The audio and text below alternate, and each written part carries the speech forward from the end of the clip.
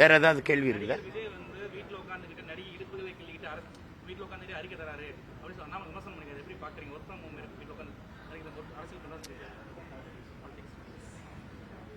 இல்லை அவரும் அது அவருடைய தொழில் தேர்வு. அது நடிக்கிறது திரைப்படத்துறையிலிருந்து இருக்கிறாரு, அதனால அவர் படப்பிடிப்புக்கு போறாரு. இது உண்டாது. இப்போ அவருக்கு இப்போ எங்களை மாதிரி தினம் அப்படி வர்றதுக்கு நேரம் இல்லாமல் இருக்கலாம். ஒரு நாள் அவரும் இப்படி வர வேண்டியது இருக்கும், வருவார். அது போய் நம்ம குறையா சொல்லிட்டு இருக்க வேண்டியதில்லை. அது என் தம்பி அண்ணாமலையோட கருத்து, அதில் எனக்கு கருத்து இல்லை. திமுக பி டீம் சொல்லியிருக்காரு, திமுக மறுபடியும் ஆட்சிக்கு வரதான் வந்து மறைமுகமா விஜய் அரசியலுக்கு வந்திருக்கான்னு சொல்லி இதெல்லாம் எடுத்து சிரிச்சிட்டு போயிடணும். என்ன நான் இல்லாத பி டீமா? தம்பி இது எதை தம்பி பேசுறது? நான் தான் ரொம்ப நாளா பிஜேபியின் பி டீமு. நான் ஏன் பி டீமா இருந்தேன்? ஏன்னா ஏ டீம் வந்து திமுக, அதனால நான் பி டீமா இருந்தேன். ஏ டீம் திமுகவா இருந்துச்சு. வாய்க்கு வர்றது ஏதாவது சொல்றதான். ஒருத்தர் பழி போடும்போது அந்த டீம் இந்த டீம்னு அப்படின்னு.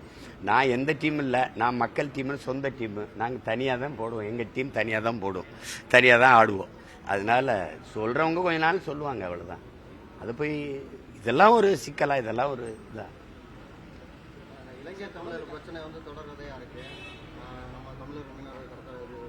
அதுக்காக தான் போராட போயிட்டு இருக்கேன்.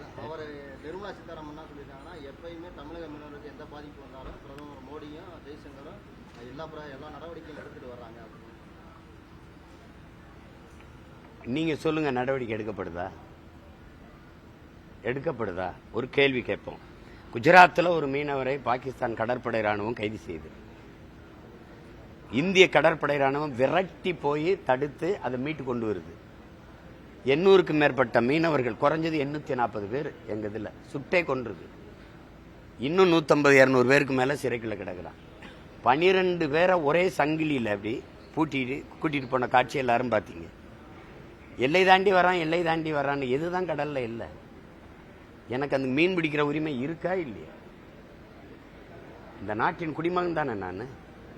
ஏன் குஜராத்தில் ஒரு மீனவனுக்கு இருக்கிற அந்த பாதுகாப்பு, அந்த உரிமை, அவன் உயிருக்கு இருக்கிற அக்கறை, இத்தனை மீனவர் சுடப்படும் போது பாதுகாப்புக்கு இவ்வளவு பேர் சிறை பிடிக்கப்படும் போது படகை பறிச்சு ஏழை விடும்போது நீங்க தடுத்திருக்கணும்ல. ஒரு படகின் விலை என்ன? ஒரே மீனவன் வாங்கினதா? அது கடன் பெற்று வாங்கினது. 4-5 மீனவர்கள் சேர்ந்து கூட்டா வாங்கினது. அதை பறிச்சு அவன் ஏழை விட்டுறான். அப்ப என் வாழ்வாதாரம், எனக்கு ஆதாரமா இருந்த படகே போயிடுச்சுன்னா நான் எங்கே வாழ்றது? இதையெல்லாம் கேட்காம நடவடிக்கை எடுக்கிறோம்னு என்ன நடவடிக்கை? நடுக்கடல்ல வச்சு கொல்றது, கடத்திக்கிட்டு போய் சிறையில போடுறது, கைது பண்ணி, இதான் நடவடிக்கை. இதைத்தான் பார்த்துக்கிட்டு இருக்காரு. போராட வேண்டிய தேவை. மீனவர்கள் ராமேஸ்வரத்தில் பட்டினி போராட்டத்தை தொடர்ந்தார்களா இல்லையா? செய்தார்களா இல்லையா? அப்ப பிரச்சனை தீர்க்கப்படுதுன்னா ஏன் போராட வேண்டிய தேவை வருது? சொல்லுங்க. பிரச்சனை இல்லைன்னா பொழுது போகாம போராடுறோமா? உழைக்க முடியலையேன்னு போராடுறோமா, இல்ல பொழுது போகலைன்னு போராடுறோமா? செய்திகளை உடனுக்குடன் தெரிந்து கொள்ள உடனே சப்ஸ்கிரைப் பண்ணுங்க.